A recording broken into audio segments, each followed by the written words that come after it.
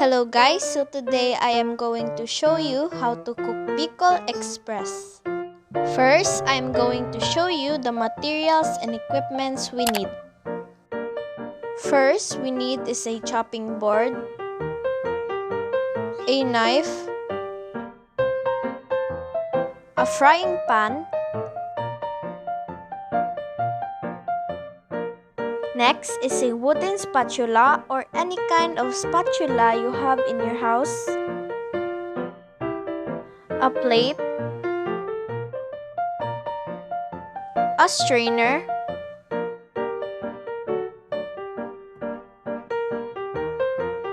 lastly, we need is 2 bowls.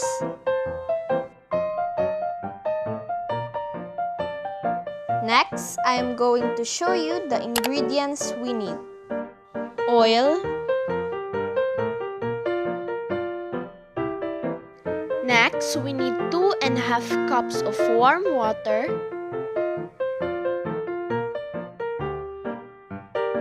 1/2 kilo of pork.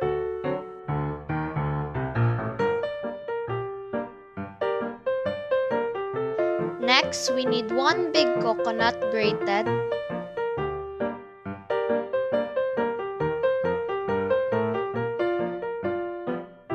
Five green chili.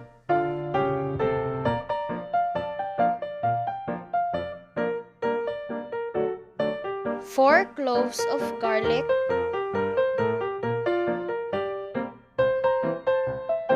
A medium-sized red onion. Next is a medium-sized ginger, a seasoning,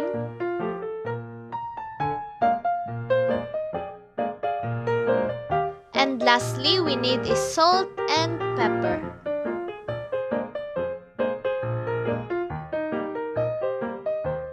First step of preparation is to wash all ingredients.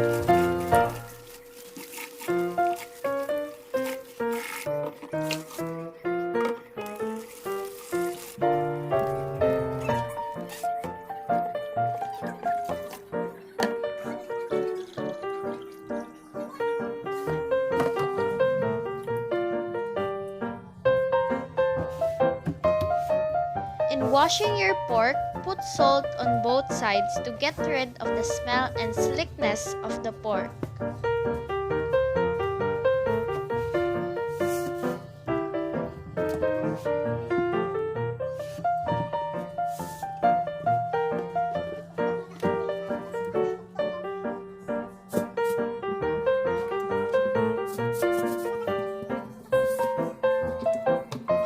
Massage and squeeze it thoroughly to get rid of the excess water.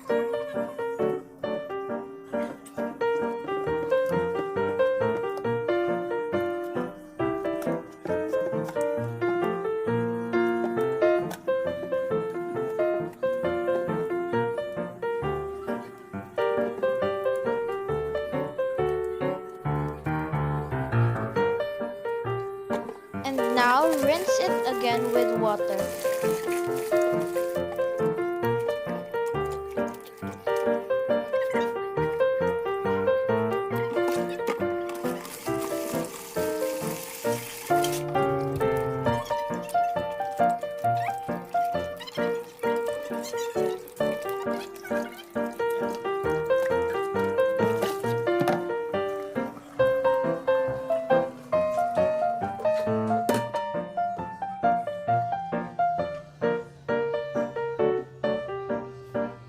Now that we all have our ingredients washed, let's now proceed to our next step.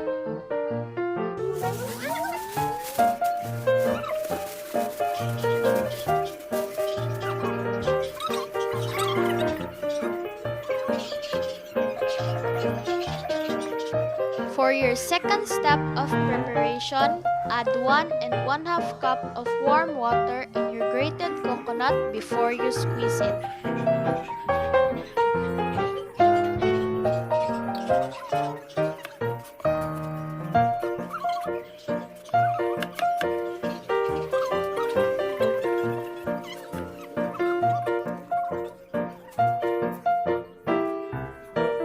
And also to squeeze it thoroughly to get all the coconut milk.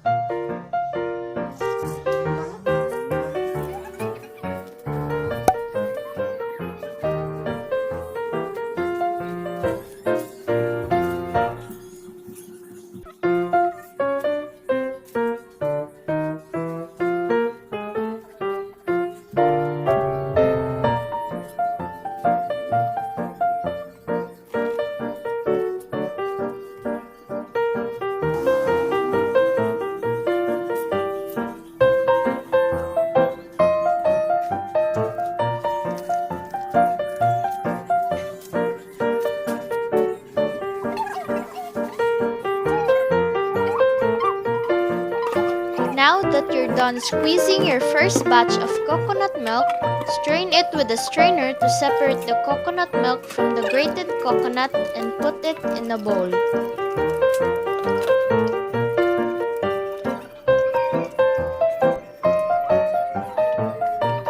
Now you have your first batch of coconut milk or kakang gata. For your third step, put back the grated coconut for your second batch, and before squeezing it, this time add 1 cup of warm water and repeat the process.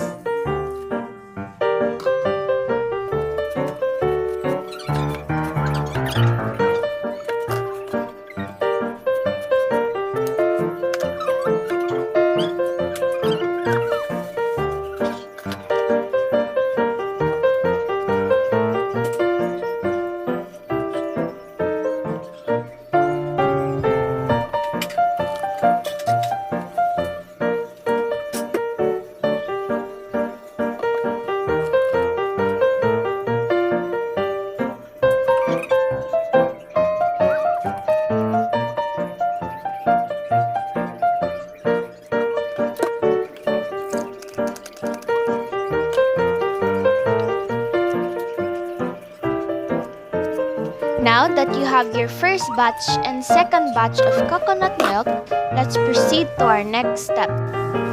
For our fourth step, chop all of the ingredients that we washed earlier and mince the garlic and red onion.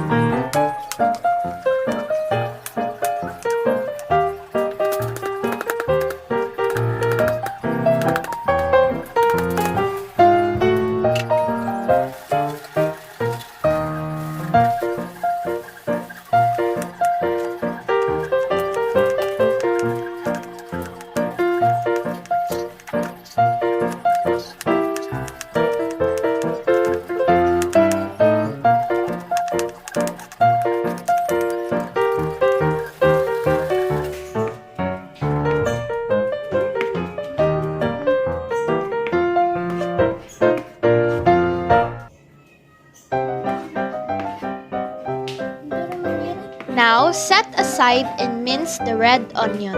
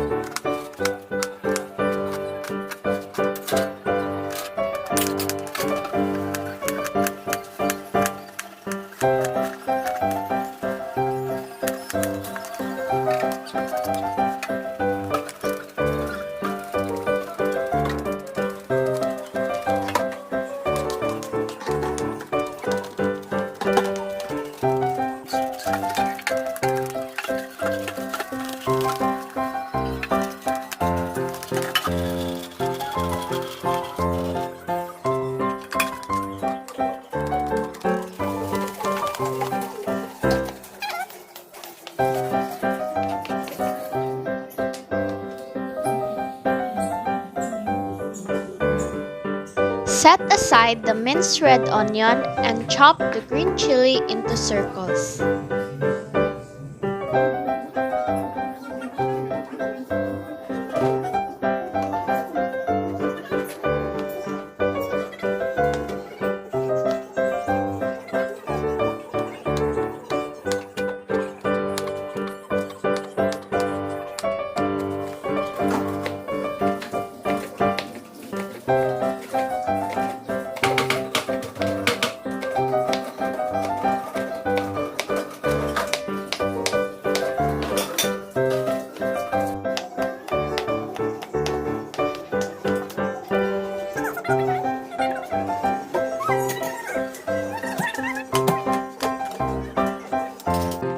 Before chopping our ginger and pork, put the ingredients in a plate for some space.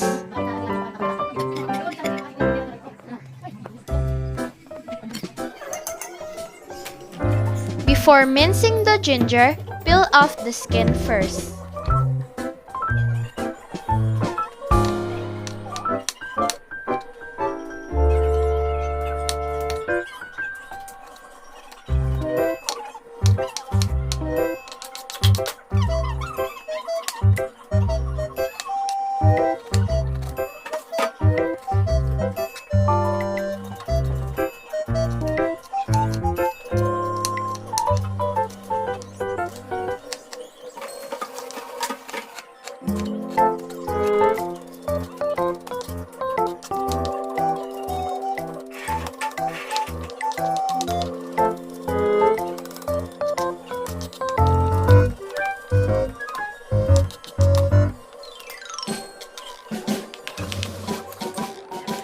Now that we have our garlic, red onion, green chili, and ginger chopped and minced, let's now proceed in chopping our pork.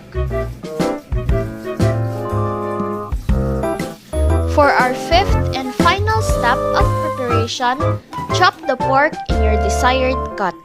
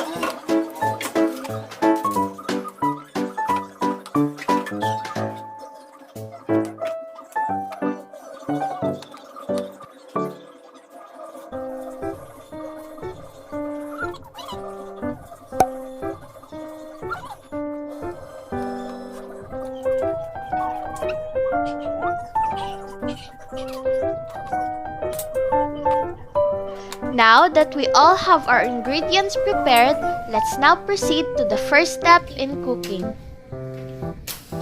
First step, preheat your pan in a medium heat for 1 minute.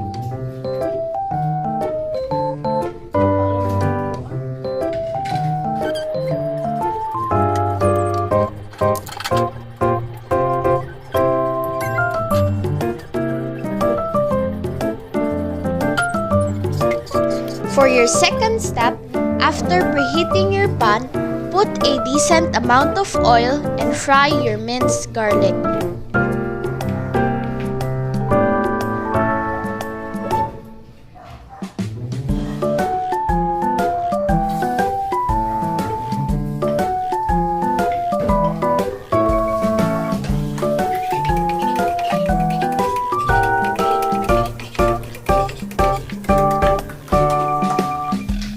Next, fry the red onion,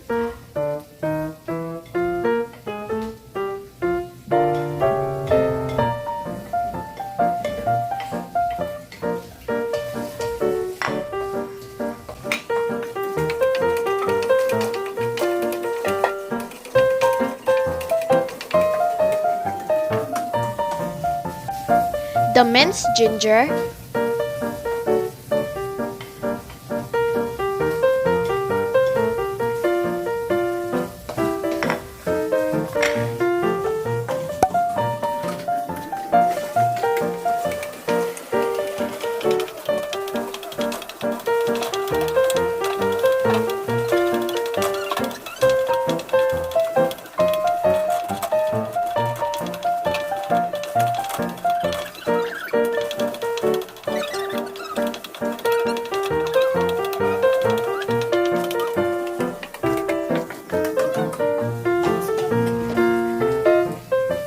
and lastly, fry the pork.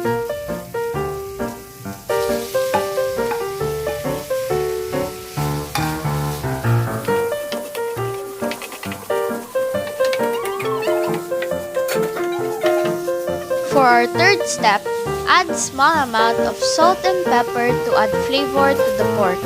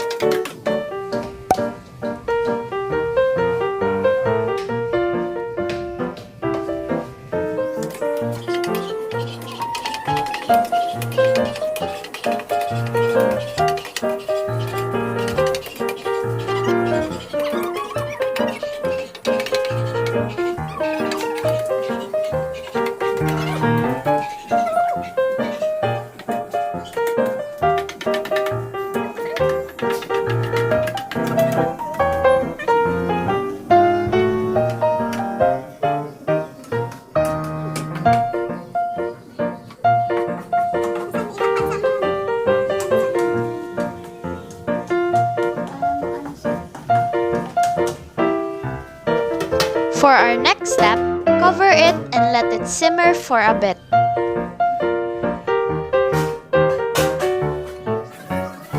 Now that it is done simmering, stir it so that the pork will be cooked a little.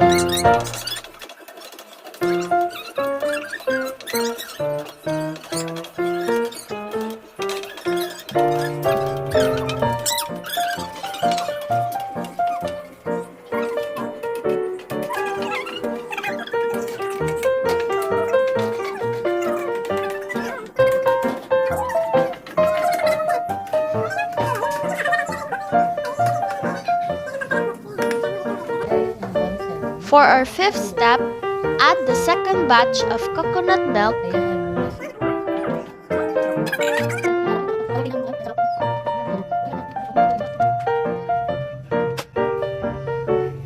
and let it boil.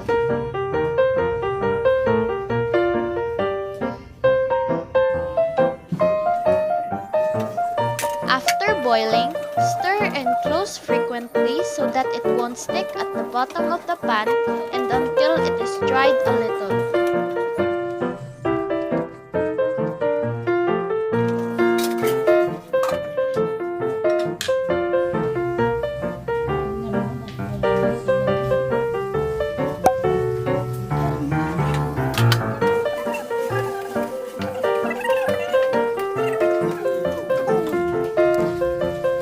For our sixth step, put a decent amount of seasoning to make it more flavorful.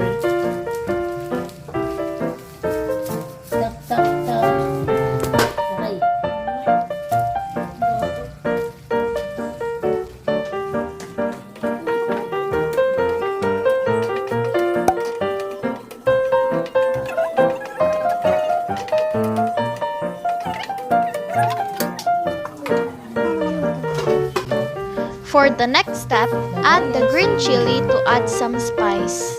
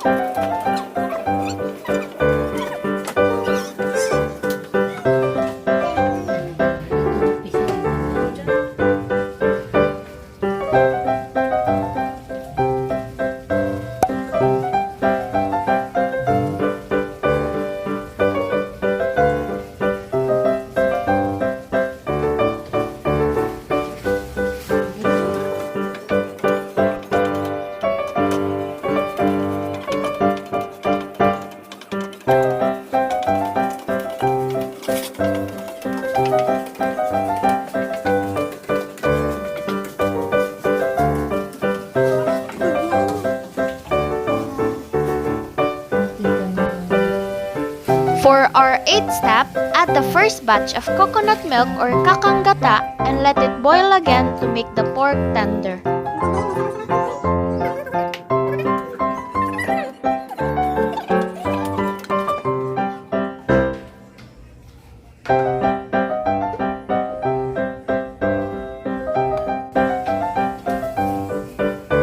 For our last step, after boiling, stir and close frequently again until the coconut milk is a little dry.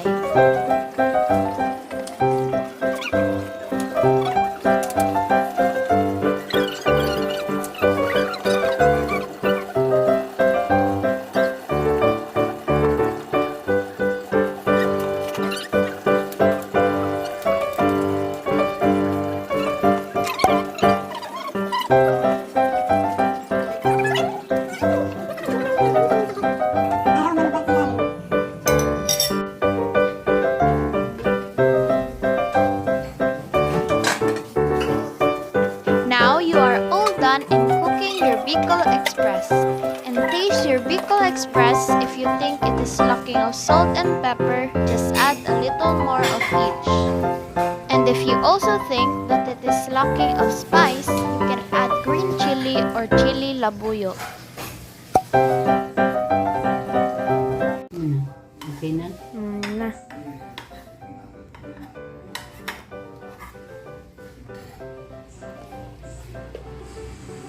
Mana, ano, pili kayo. 1 hanggang 10. Rating. 10.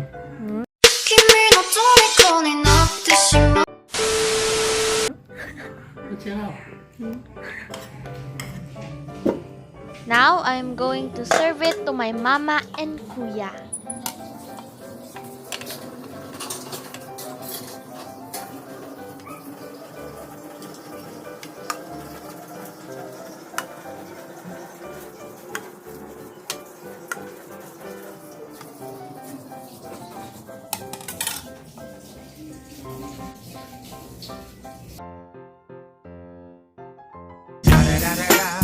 It's the motherfucking Eagle Double G. Snoop Dogg. Tikmanin na. Tapos na nga. Tikman mo na. Masarap ba yun? Man. 1 out of 10.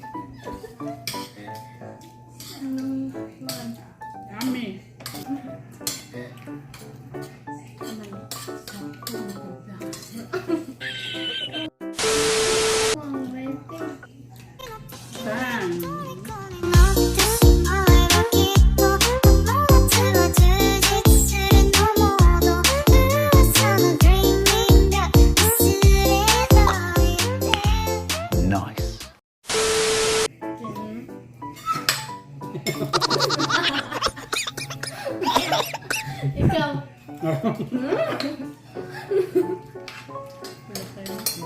Ito no, naubos. Ubus mo na. Oh, yan nagpapatunay, masarap. Inubos na eh. Pakalita. Speechless. Hindi ako nga. Ako pa natitikman ako nagla.